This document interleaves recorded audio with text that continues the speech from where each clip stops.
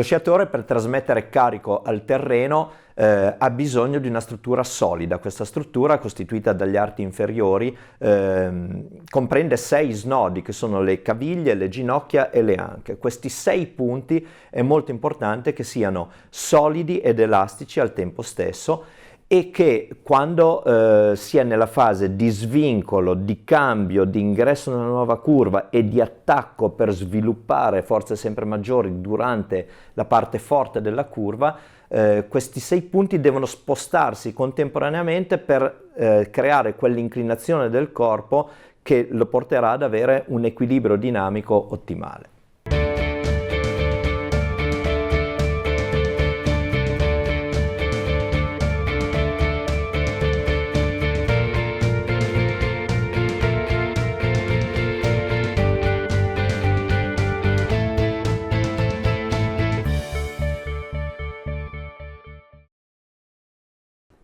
In questo schema vediamo la struttura dello sciatore, i piedi, ginocchia e anche, che sono sottoposti ovviamente a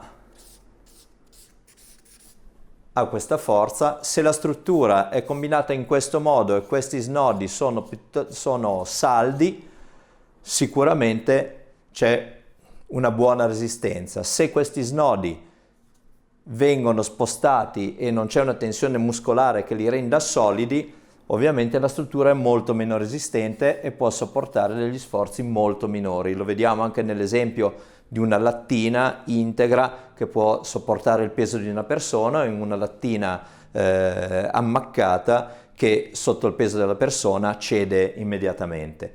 Nel caso di un cambio da una curva all'altra, qui arriva lo sciatore, curva a sinistra, toglie, piega e si mette nella curva verso destra.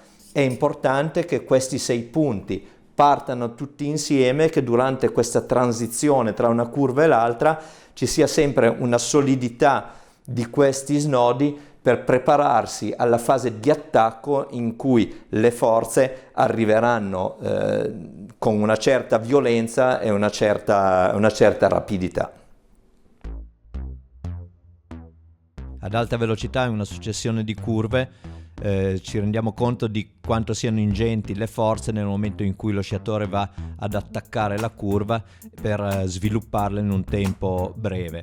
È molto importante quindi che tra una curva e l'altra la fase di transizione sia fatta con i 6 punti che si spostano lateralmente contemporaneamente, mantenendo integra la struttura, in modo che quando poi si scaricherà tutta la potenza a terra, la struttura sia predisposta al meglio per avere la massima resistenza. Siamo nella fase di inversione vera e propria, di cambio di spigolo. Qui entriamo in curva, i 6 punti, caviglia, ginocchia e anche vanno a cercare l'inclinazione verso l'interno della nuova curva, tutti insieme, e il corpo è compatto e può affrontare la fase forte della curva nel modo migliore per uscirne rapidamente. Ecco qua, vediamo un cambio anche eseguito molto bene, con una contemporaneità assoluta nell'uscita dalla curva e nell'ingresso nella prima parte della curva, per poi proseguire in fase di attacco con il corpo compatto.